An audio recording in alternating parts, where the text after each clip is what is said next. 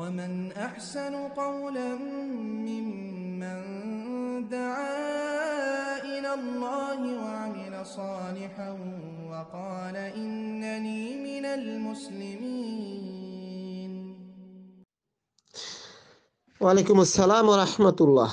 কাউসার ভাই প্রশ্ন করেছেন যে ওনার আব্বা মারা গেছেন এবং ঘর থেকে বের হওয়ার সময় যদি কোথাও কোনো হোঁচট খায় বা ব্যথা পায়, তাহলে সেক্ষেত্রে আমাদের গ্রামের মানুষরা বলে যে একটু পিছে যাও, পরবর্তী যাও। আসলে এর বিধান কি? এবং তার আব্বা মারা যাওয়ার পরে তার মায়ের ইদ্যত কতদিন, সেটা জানতে চাইছেন। আলহামদুলিল্লাহ, আপনার যেটা শুনেছেন যে এটা সত্য শুনেছেন যে আপনার আব্বা মারা গেলে, স্বামী মারা গেলে স্ত্রীর জন্য 4 মাস 10 দিন তাকে ইদ্যত পালন করতে হবে। ওই ইদ্যতের মধ্যে সে বিশেষ যদি একেবারে বিশেষ যদি কোনো সমস্যা না হয়, তাহলে ঘর বা বাড়ির থেকে বের হবে না। যদি বিশেষ যে হসপিটালে যেতে হবে বা এমন বিশেষ না হলেই না, তাহলে যে অথবা স্বামী মারা গেছে এমন জায়গায়, উনি আছে এক জায়গায়, তখন সেখান থেকে স্বামীর বাড়িতে আসতে হবে, এরকম বিষয় যদি হয় তাহলে হতে পারে। এছাড়া স্বাভাবিক অর্থে উনি বাড়ির বাইরে বের হবে না এবং আতর, সুগন্ধি, পারফিউম সাজুগুজু করবে না। এমন কোনো পোশাক, এমন কোনো পোশাক কাপড় পরিধান করবে না যেটাকে সৌন্দর্য প্রকাশ পায়, সৌন্দর্য বৃদ্ধি পায়, সেটা করা যাবে না। এটা। দ্বিতীয় কথা যেটা বলেছেন যে আপনি বাড়ির থেকে, ঘর থেকে বের হওয়ার সময় যদি হঠাৎ করে কিছুতে হোঁচট খান বা কিছুতে আঘাত পান, যেটা আমার দেশে বলে যে একটু পরে যাও, যেহেতু তুমি বাড়ি খেয়েছো, তুমি বাধাপ্রাপ্ত হয়েছো। এই এটা বলা, এটা ছোট শিরক যদি হয়, কোনো ক্ষেত্রে এটাকে বড় শিরকে রূপান্তরিত হয়, যেটা আমাদেরকে বলতে হবে।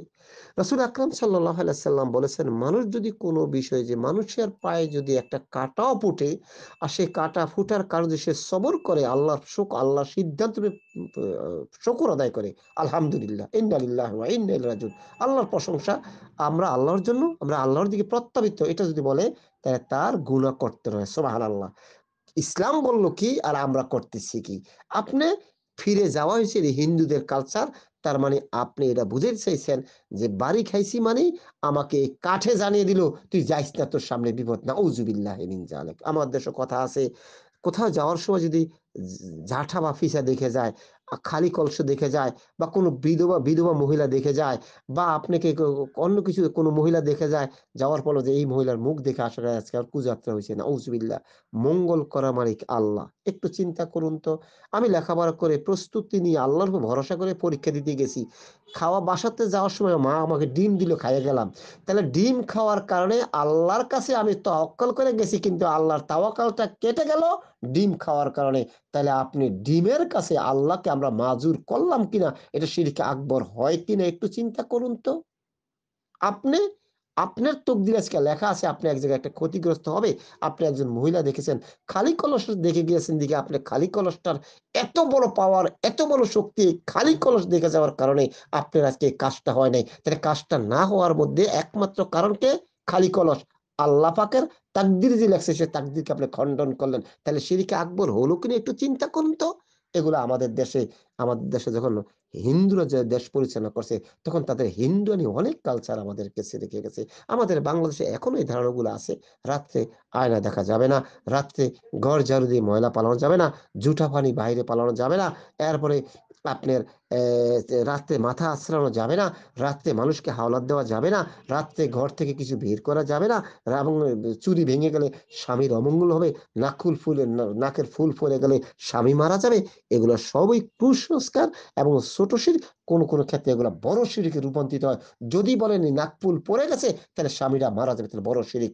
যদি বলেন যে হাতে ছুরি ভেঙে গেছে, এই মহিলাটা কুযাত্রা, আমার ছেলেটাকে খাবে। গ্রামে আমরা দেখছি, শুনছি, সি সি সি সি সি, আয়ারে আমার এই বউটা এত বড় একটা দাজ্জাল, একটা দায়ুস বউ আসছে, হাতের চুরিটা ভেঙে গেল, আমার ছেলেটাকে মাইরা ফেলাইবো।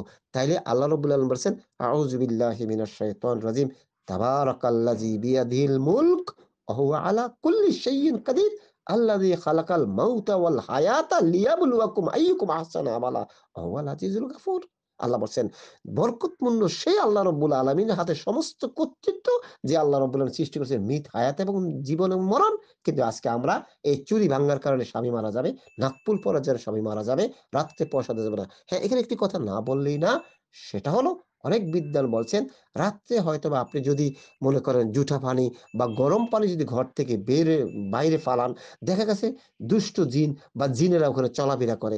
তখন যদি ওই পানিটা গরম পানিটা হয় যদি তাদের গায়ে লাগে তখন তারা আপনার ক্ষতি করবে সেটা বলতে পারেন। কিন্তু এমনি ফালানো হারাম, এমনি পারলে অযাত্রা হবে, মানুষকে হাওলাত দেওয়া যাবে না, রোববারে বাঁশ কাটা যাবে না। এগুলো সম্পূর্ণ ইসলাম বিরোধী, এগুলো সম্পূর্ণ শিরক। আমি যেটা বললাম কখনো এগুলো শিরক আকবর হয়ে যায়। যখন কখনো আল্লাহ রাব্বুল আলামিনের ক্ষমতা, আল্লাহ রাব্বুল আলামিনের যে কর্তৃত্ব সেটাকেই খর্ব করা হয়। একটা সাধারণ পিচার কাছে, সাধারণ একটা খালি কলসির কাছে, সাধারণ একটা কাঠের কাছে ইসলাম কোথায় চলে গেছে? মুসলমানরা আজকে ঈমান কোথায় চলে গেছে? এইজন্য মুসলমানদের কাজ তাওহীদ শিখতে হবে, সুন্নাহ শিখতে হবে, বিদআত শিখতে হবে এবং শিরক শিখতে হবে। বিদআত এবং শিরককে ছেড়ে দিতে হবে, তাওহীদ এবং সুন্নাহকে আঁকড়ে নিতে হবে। আজ আমাদের সালাফি মানহাজের আহলে হাদিসের সর্বাত্মক প্রচেষ্টা হচ্ছে এই সমাজকে শিরিক মুক্ত করা, বিদআত মুক্ত করা, এই সমাজকে তাওহীদ এবং সুন্নাহ ভিত্তিকের দিকে অগ্রসর করা। কিন্তু আজকে আমরা দাওয়াত দিচ্ছি, এক শ্রেণীর লোক বলে আমরা নাকি ভুল পথে আছি। আল্লাহ আমাদেরকে হেফাজত করুক। আসসালাম।